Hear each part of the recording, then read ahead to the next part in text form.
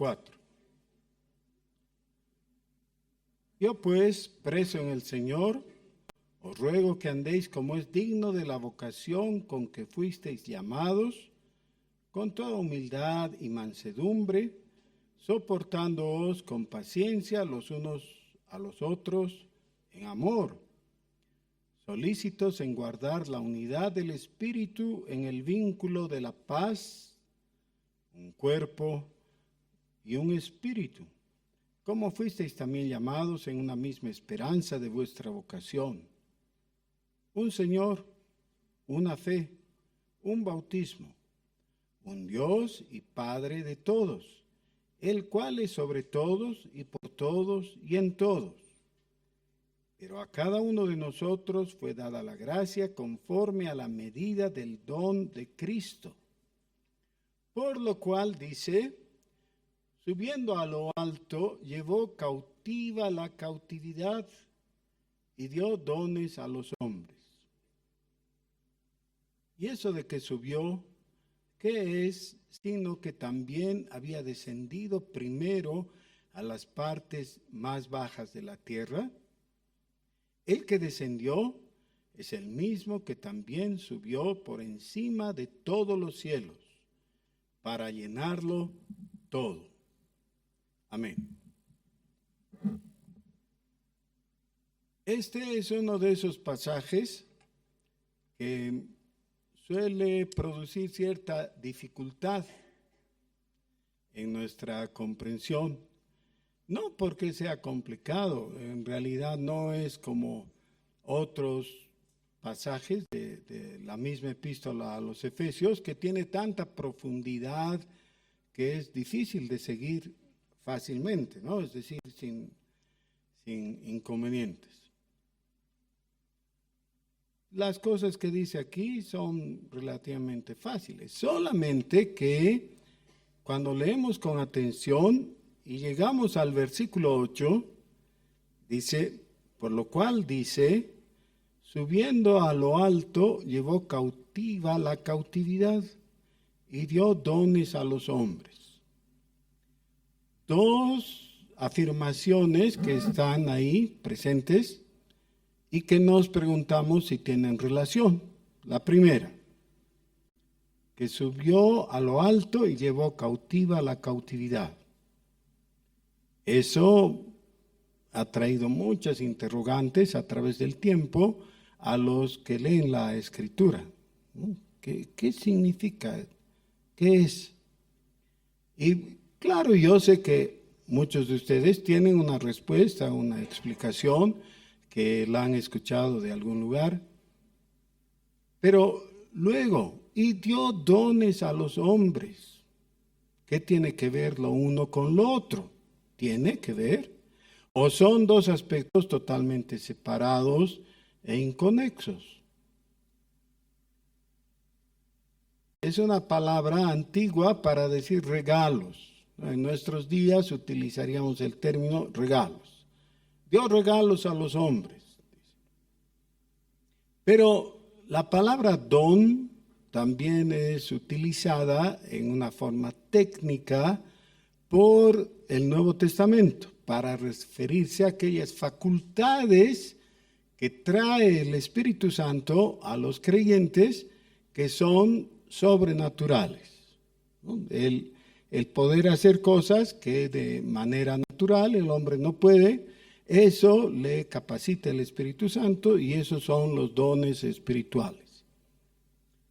¿Se está refiriendo a los dones espirituales o se está refiriendo a otro tipo de dones totalmente diferentes? ¿Qué es esto?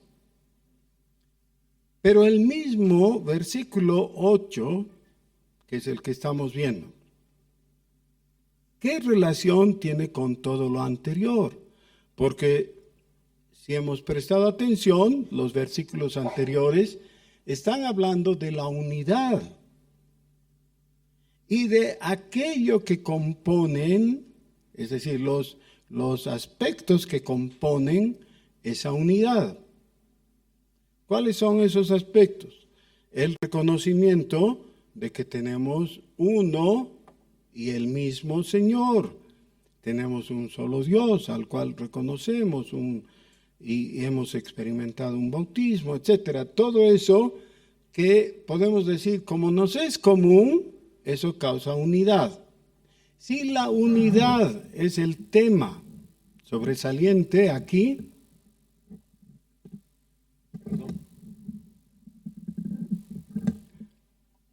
si la unidad es el tema, ¿a qué viene lo del versículo 8? Más todavía, la frase introductoria en el versículo 8 dice, por lo cual dice.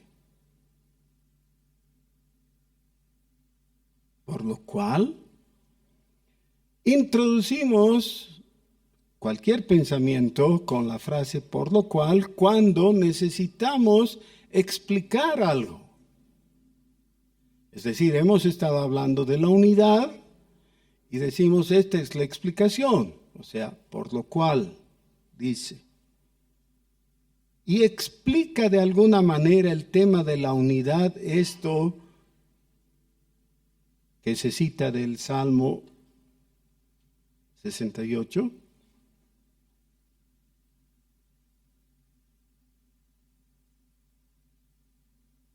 ¿Explica o no? ¿Qué piensa? No explica. No a primera vista, por lo menos. Esto nos deja en mal pie porque ha estado afirmando la unidad y dice la unidad, haya su explicación en el Salmo 68 y no explica.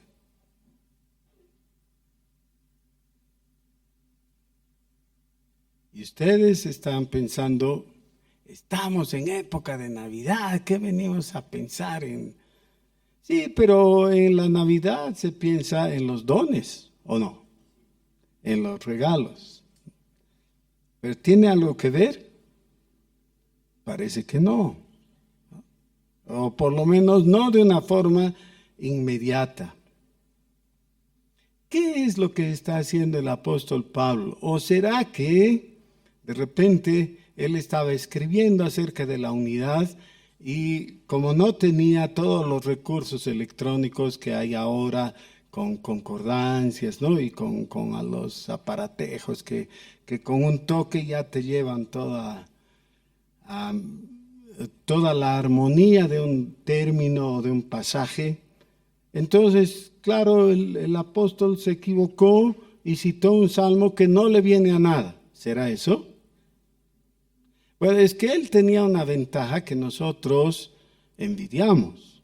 Él tenía la inspiración del Espíritu Santo, que es mejor que un aparatejo, ¿no? Así, para ayudarle.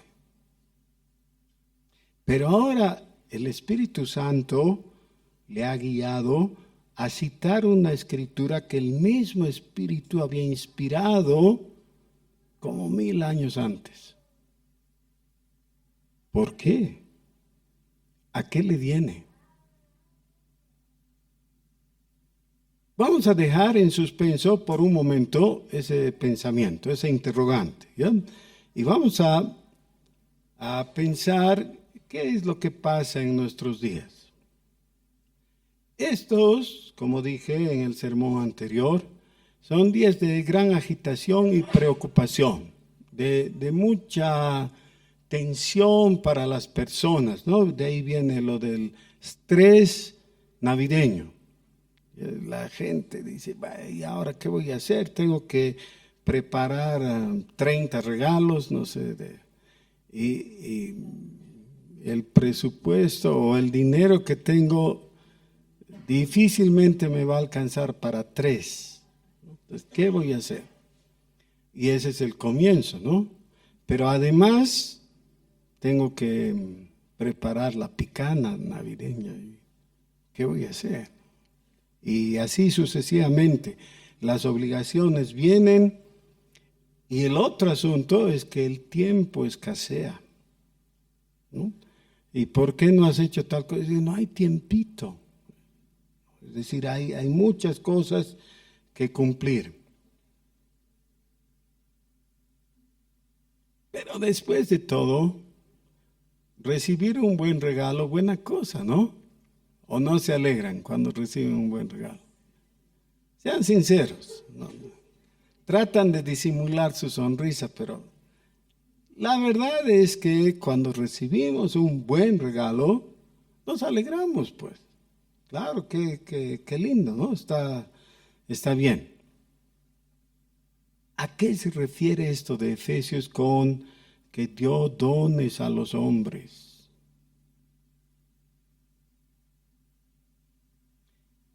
Las relaciones humanas no son fáciles. Hay relaciones que son fáciles de observar, así, inmediatamente. Por ejemplo, cuando te subes a un trufi y te sientas al lado de alguien, para ti es muy fácil saber, ese es un pasajero que ya estaba. ¿Y qué obligación tienes con esa persona de al lado? Nada, solamente no molestarle demasiado, ¿no? Cuando en el trufi hay 3 personas compartiendo el asiento de atrás y uno de ellos es gordo, entonces ya hay un poco de problemas, ¿no? Y te dice, puede mover un poquito su rodilla al otro lado, ¿no? O puede sacar sus zapatos de mi bolsillo. O sea, porque hay incomodidad, pero al fin de cuentas la gente educada se sienta en su sitio y no molesta al otro y con eso cumplió, no hay más, no. Esa es una relación muy fácil, pero hay relaciones difíciles porque son complicadas. Por ejemplo, la relación conyugal es naturalmente difícil porque 2 personas, que son 2 mundos, se encuentran y tienen que tratar de acomodarse y engranar. Y cuando pasa el tiempo y uno espera, ya con esto tendrían que haber arreglado todo, se dan cuenta que muchas veces la relación se ha complicado, no se ha simplificado. Es cada vez más difícil. También tenemos algunas relaciones difíciles en el trabajo, ¿no? De vez en cuando te toca un jefe que no te comprende y que te abusa y que te exige, ¿no? Y bueno, pero ahí tienes que estar y tienes que tragar saliva de rato en rato y decir, ya, pues así es, ¿no?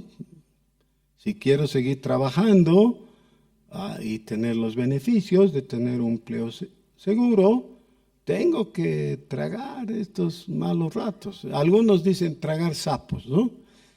Es muy descriptivo eso. Así es la vida. Ya. Relaciones difíciles. Ahora, hay momentos en que la cosa se pone simpática, como por ejemplo, algunos de nosotros tenemos un tío o una tía. Estoy mencionando eso de tío porque es una relación ni tan cercana ni tan lejana, ¿no?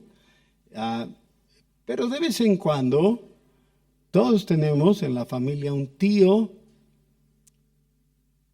que llega con regalos, llega con regalos para todos.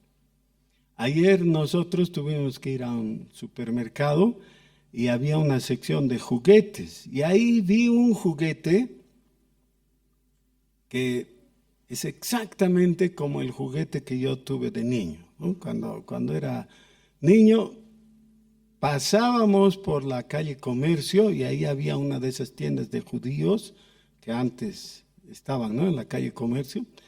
Y había una ametralladora y yo en cuanto la vi me enamoré de la ametralladora, ¿no? Tan linda, con el ruido que hacía y todo. Y seguramente expresé mi deseo de poseer la ametralladora y claro, no había chance porque era cara, no era un juguete caro. Pero una tía que estaba con nosotros me dijo, yo te voy a comprar la ametralladora. Y entonces ocurrió un fenómeno. Los días que transcurrieron después de esa promesa se convirtieron en siglos para mí. Estaba esperando que pase el tiempo y que mi tía cumpla con la promesa, ¿no?, de la ametralladora. ¿Y qué creen? ¿Cumplió o no cumplió? Cumplió. Y tuve mi hermosa ametralladora, ¿no?, que me ha durado hasta casado iba a veces para jugar un ratito. No es verdad, es una broma. Pero me encantaba la ametralladora y todo lo que significaba. Una promesa cumplida. Dones. Se dice, yo no sé si es verdad, pero se dice que algunas mujeres darían su alma por las joyas. Ustedes dirán si es verdad o no, yo no sé. Parece que a veces es verdad, ¿no? A algunas les encantan las joyas. Y a algunos hombres también. Y por eso, algún familiar, a veces el esposo, descubre eso y dice, bueno, esta es la Beta, y cada vez que puede va y le compra una joya, ¿no? Y le regala y queda bien.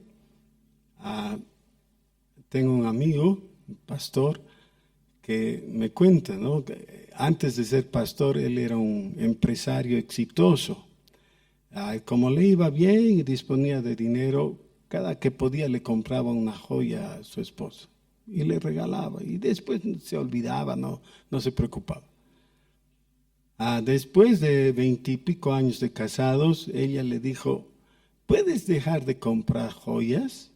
A mí no me gustan. No le gustaban. Bueno,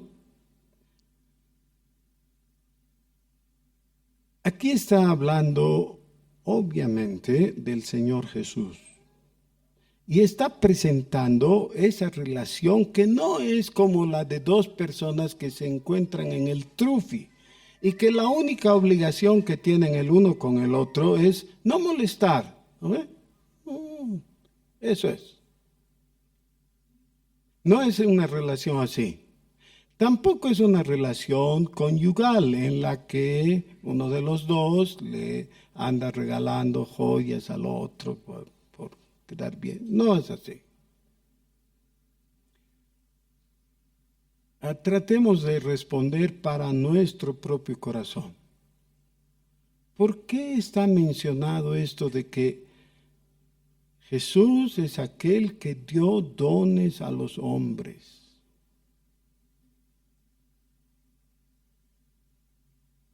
Dio dones a los hombres.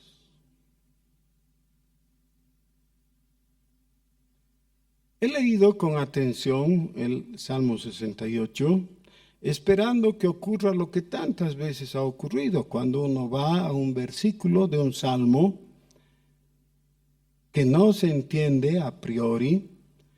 A continuación, si uno lee todo el pasaje, se da cuenta que sí entiende con el contexto.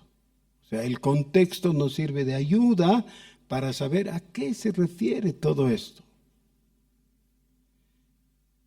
Pero cuando he leído todo el Salmo, he encontrado que ese versículo del Salmo tampoco está en contexto. No está en contexto con el Salmo y no está en contexto con el pasaje del Nuevo Testamento. Y ahora el por qué ya no solamente tiene signos de interrogación, sino signos de admiración también. ¿A qué le viene?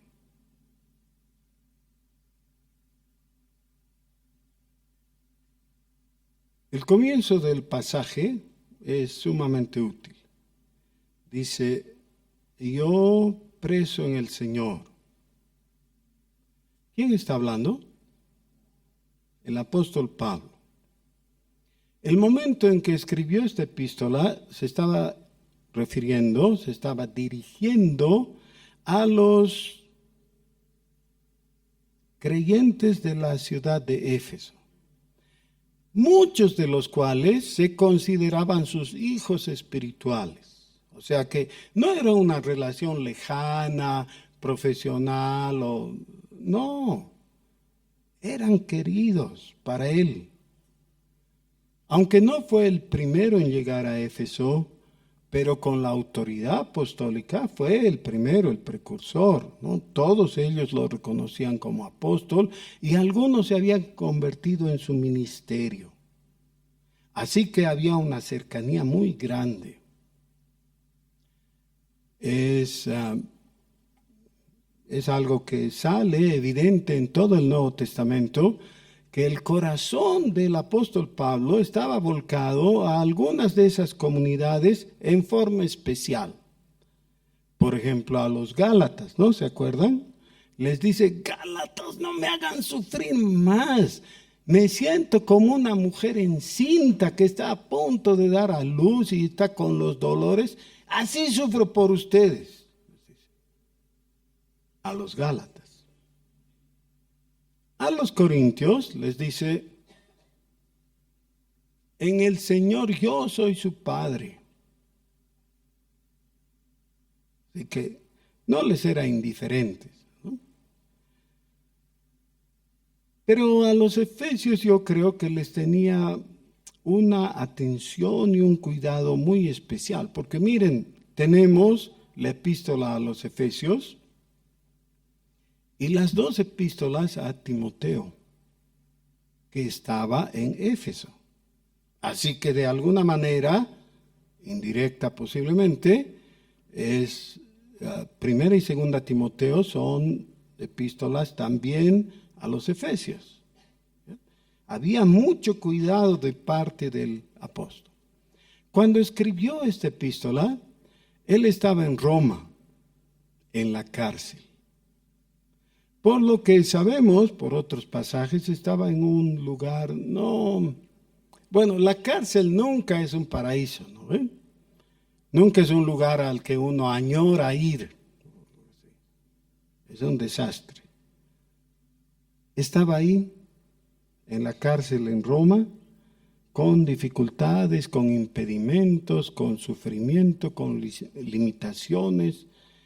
Y les dice: a ver, presten atención, porque no les estoy escribiendo desde una colonia de vacaciones, donde me va bien, estoy feliz, tranquilo y todo. No, estoy en medio de sufrimiento.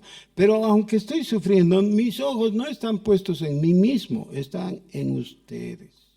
Mi preocupación, mi corazón está en ustedes. Y lo que les pido es que ustedes actúen o se comporten de acuerdo a la vocación. La palabra vocación ha adquirido otra tonalidad en nuestros días, pero es simplemente llamamiento. Vocación quiere decir llamamiento. Y en los pasajes donde se usa este término, la palabra en griego es la misma. Así tenemos: preso en el Señor, digo que andéis como es dignos de la vocación o llamamiento con que fuisteis llamados. Entonces, para evitar la cacofonía entre llamados y llamamiento, en vez de llamamiento ha puesto vocación. Pero eso es lo que significa. ¿Ya? Significa: ustedes son llamados. Ese es un llamado sin importancia, ¿no es cierto? ¿Que sí o que no? ¿Cómo no va a ser importante? Es el llamamiento más importante de todos para cualquier persona. Es el llamamiento a la salvación. Es el llamamiento a la conversión. Es el llamamiento a hacer de Cristo. Sin ese llamamiento no hay salvación. ¿Por qué? Romanos capítulo 8 dice que todas las cosas ayudan a bien a los que de acuerdo a su propósito son, ¿qué? llamados. Así que así de importante es el llamamiento. Ahora, es el llamamiento más importante de todos. Pero hay otra razón por qué es tan importante. Porque el que llama es el más importante de todos. Dios es el que está llamando.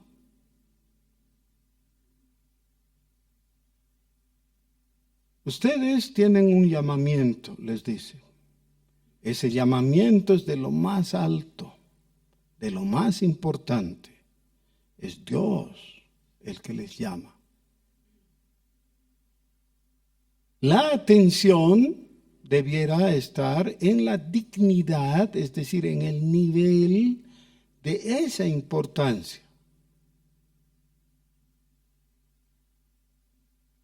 De vez en cuando encontramos niños malcriaditos. Su papá o su mamá le hablan, le dicen, fulanito, el fulanito, fulanito, va a la 1, fulanito, va a las 2, y así, ¿no? Y se inventan cosas para que les atiendan y obedezcan. Nada, que fulanito no.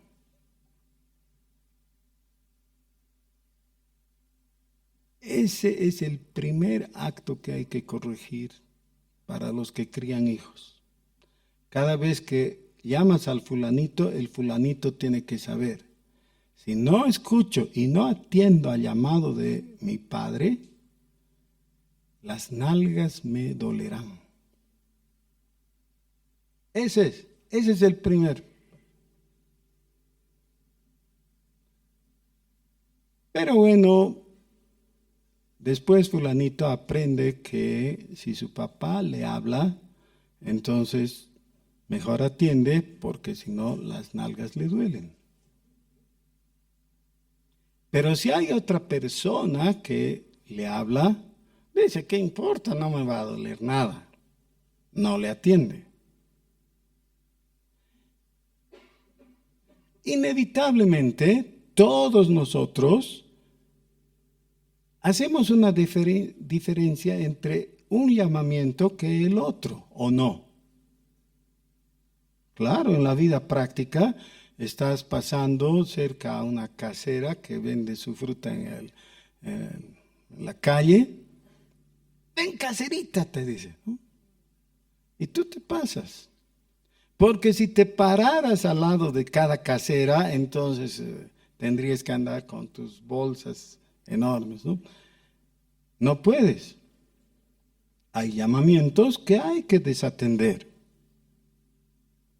Y hay llamamientos que tenemos que atender. Este es el llamamiento por excelencia. Es el llamamiento de Dios. Que tiene una gran dignidad, hemos dicho. Dice, en realidad la exhortación es que si hemos tenido ese llamamiento tan alto, nuestra conducta debiera ser de ese nivel. Eso es lo que está diciendo en concreto.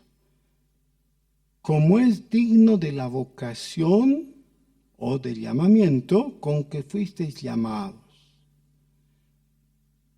Como el llamamiento es tan importante, es el llamamiento de Dios, nosotros al sentirnos, al escuchar que somos llamados, debiéramos prestar atención con diligencia. Por si acaso, esa es la frase que más se repite en la epístola a los Hebreos. Dice, es necesario que con más diligencia atendamos a lo que Dios está hablando. Con más diligencia. Enseguida.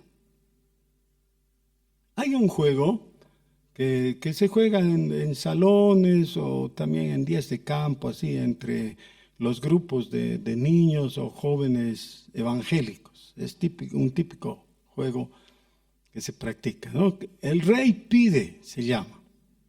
Hay 2 equipos y hay un conductor del juego y dice, el rey pide tal cosa.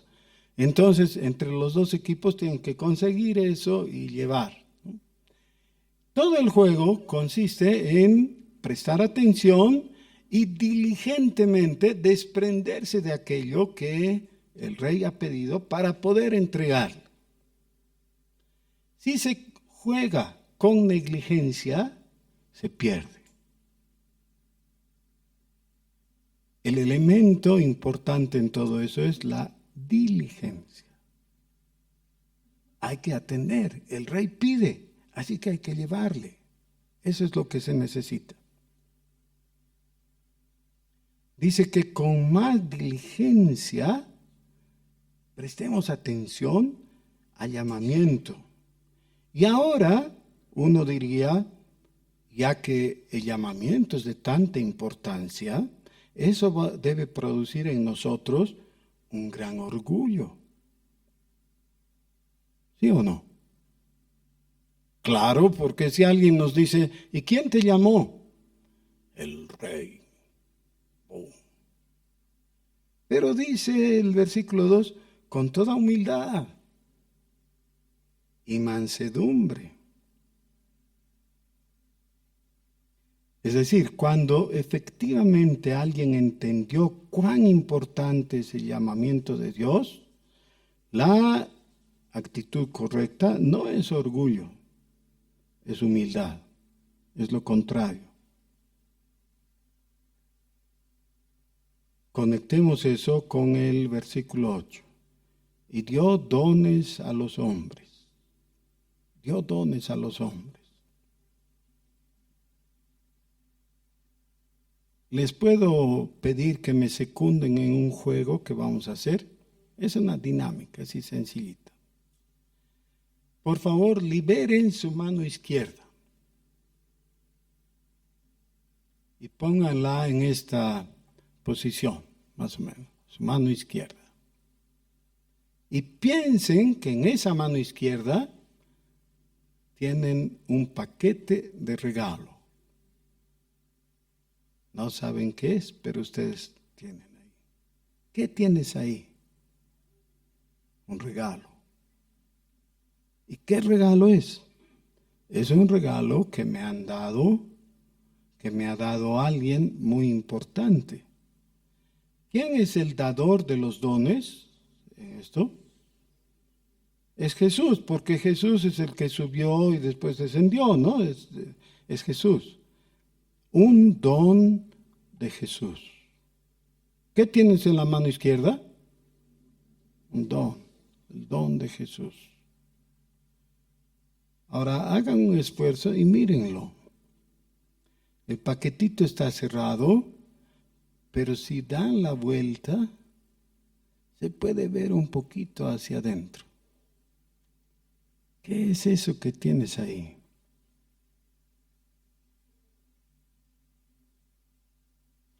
Hermanos, hay tres tipos de personas. Las que simplemente ven el don y lo menosprecian. Y lo dejan, lo guardan, se deshacen. Y luego cuando le preguntas, dicen, no sé, ¿dónde estará? Lo dejé. Otro, de personas que empiezan a mal usar ese don. Porque es un paquetito. Dicen, debe ser una pelotita. Entonces voy a jugar técnicas con la pelotita. Supongo que lo que hay adentro es una pelotita, así que voy a tratarla como pelotita. Le dan mal uso. ¿Qué hacía el primero? Lo olvidaba. ¿Qué hace el segundo? Le da un mal uso. El tercero es aquel que ve el regalo que tiene en su mano y entonces lo abre. Porque es regalo para él, así que tiene derecho de abrirlo, ¿no? Lo abre, lo desempaqueta y se queda maravillado de lo que tiene, porque es precioso. Y no juega como con la pelotita, porque no es pelotita, y no lo olvida despreciando lo que Dios le ha dado, sino que lo atesora y lo utiliza como debe ser. El capítulo 4 de la epístola a los Efesios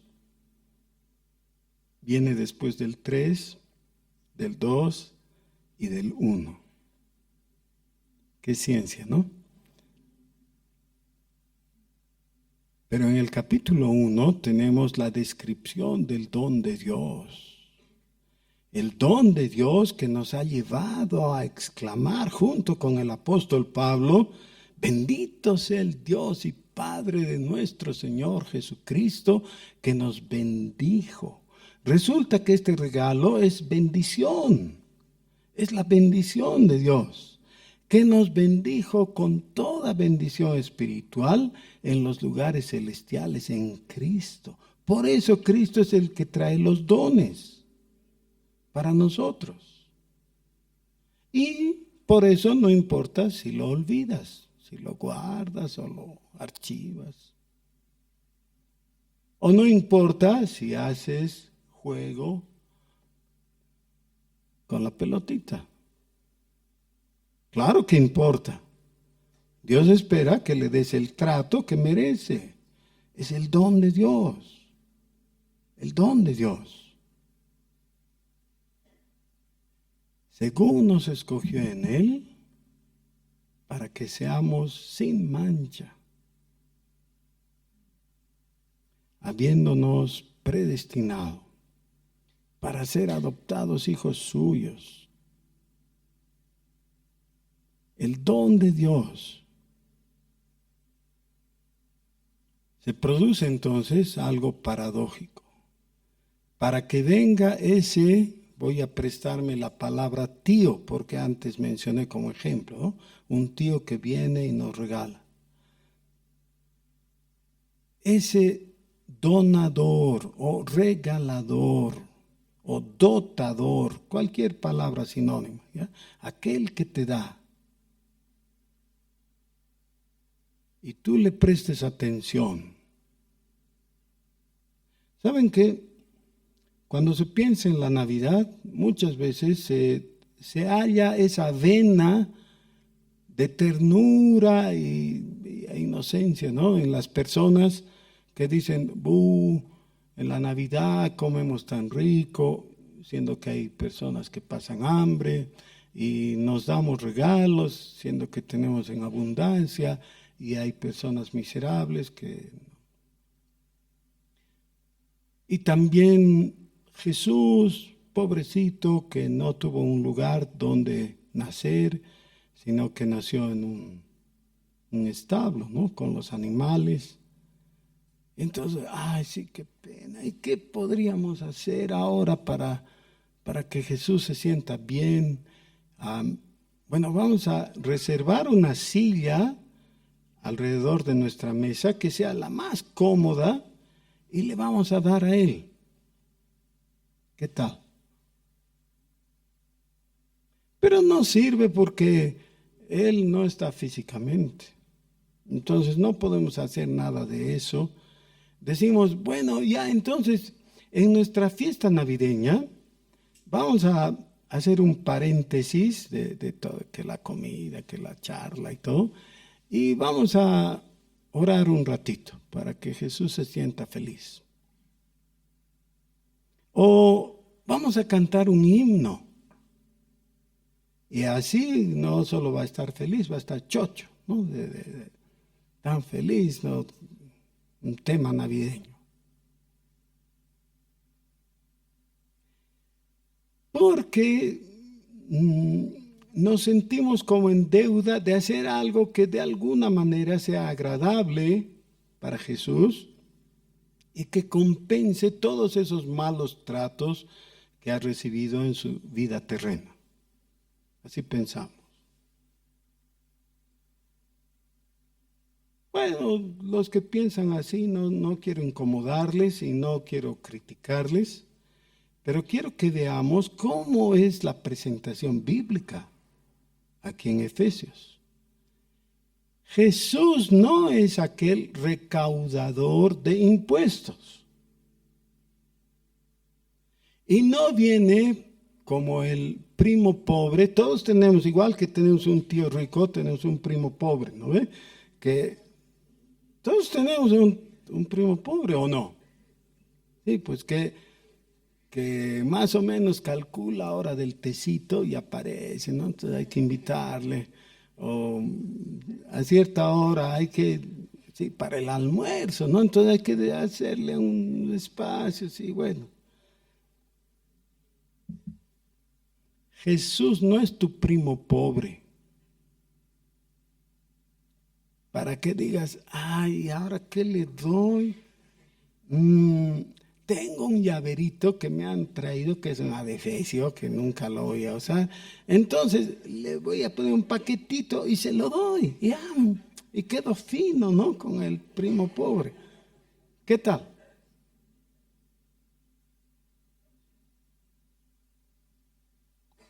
¿Jesús es tu primo pobre?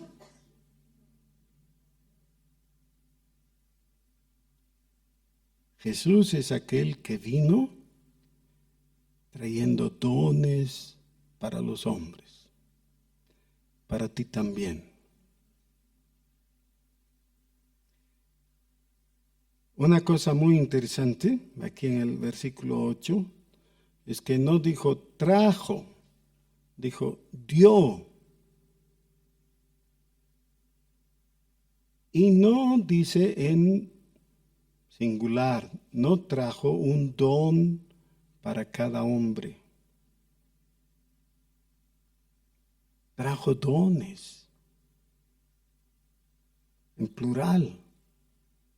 Y eso habla de la riqueza a la que se está refiriendo el capítulo 1. ¿Se acuerdan? El capítulo 1.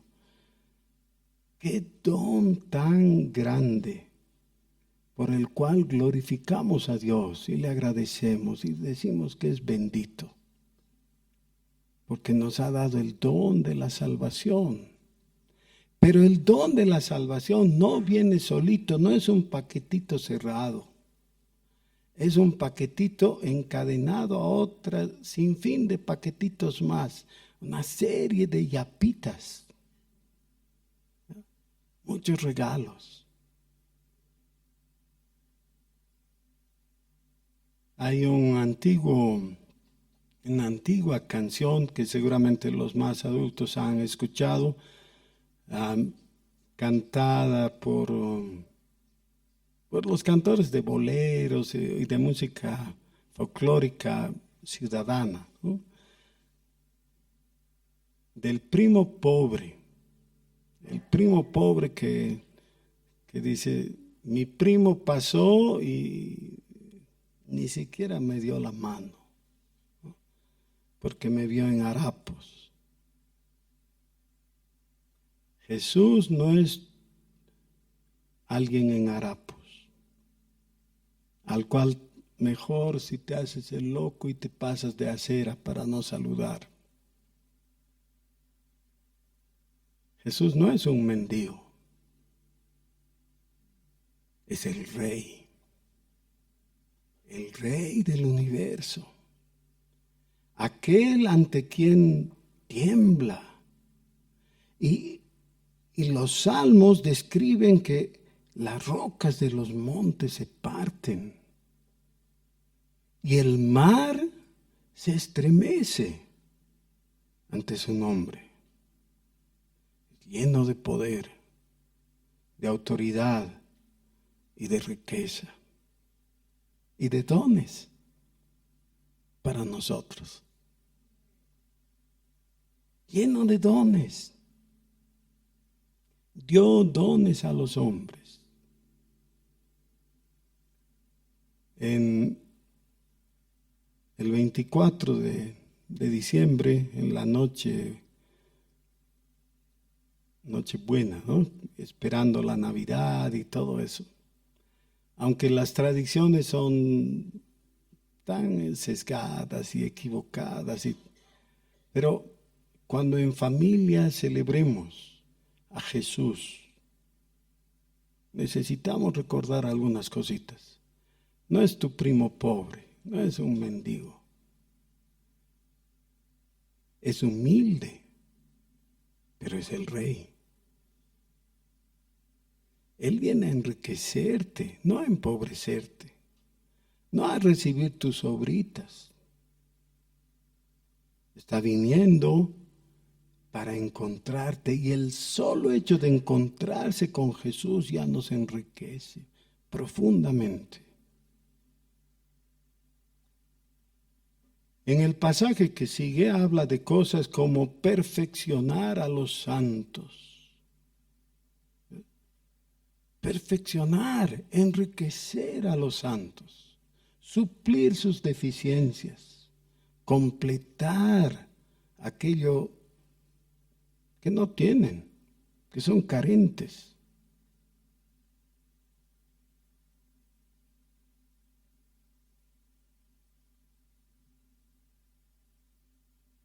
Creo que todos debiéramos alegrarnos profundamente.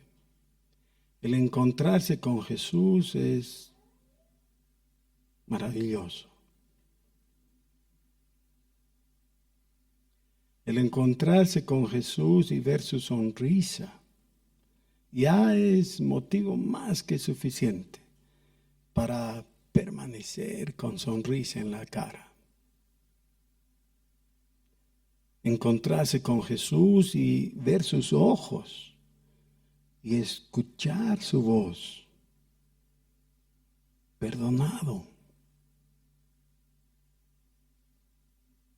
El Evangelio, en el capítulo 2 de Marcos, nos cuenta de un hombre paralítico, incapaz, imposibilitado de moverse.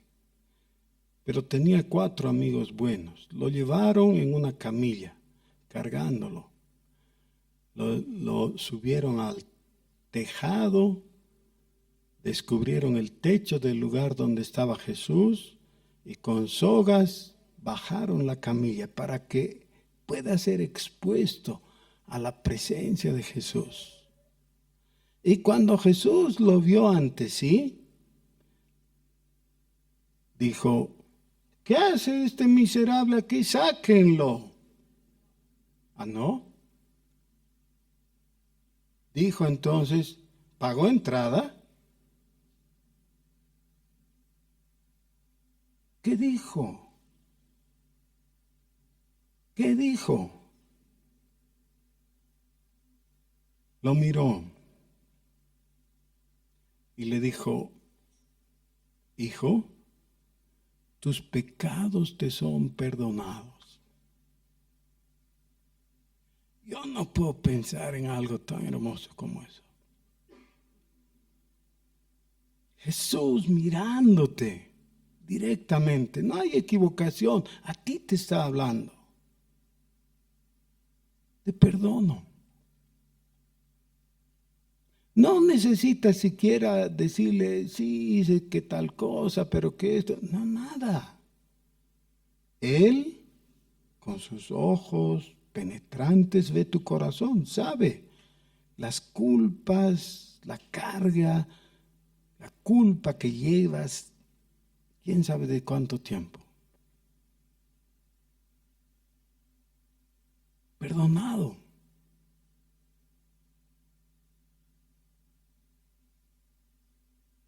Los que estaban ahí no pudieron entender el asunto. ¿Qué se cree este para perdonar pecados? Solo Dios puede perdonar pecados. ¿Tenían razón o no? Sí, tenían razón. Y ahí estaba Dios. Dios perdonando los pecados. El perdón de nuestros pecados también es un don. Es don de Dios. El perdón, el que quite nuestras culpas, es don de Dios. Dio dones a los hombres, también perdonando los pecados, dándonos esperanza, hasta que todos lleguemos a la unidad de la fe. Hermanos, saquémonos toda esa carga de cosas inservibles con la Navidad. Hay regalos, qué bien. No hay regalos, ya pues no hay regalos. No te vas a morir por falta de regalitos.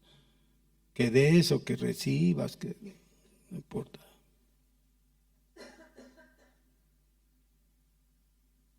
Vamos a encontrarnos con Jesucristo. Tú dirás, pero cada día yo oro, cada domingo tenemos las santas. Está bien, está bien. Este es un llamamiento especial. Ahora vamos a recordar en forma única. Me voy a encontrar con Jesús.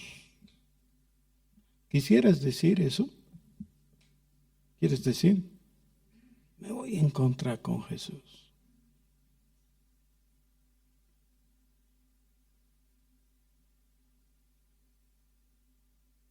Me voy a encontrar con Jesús.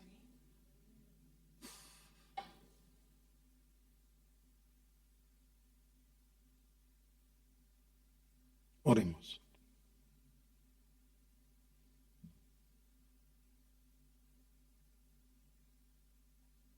Nada hay tan precioso como estar delante de ti, Señor, estar frente y junto a ti y sentir tu abrazo cálido, tu perdón, la liberación que nos das de todas las ataduras, la riqueza de la salvación. Bendito sea tu nombre, Señor Jesús. Bendito seas. Te alabamos. En ti nos regocijamos.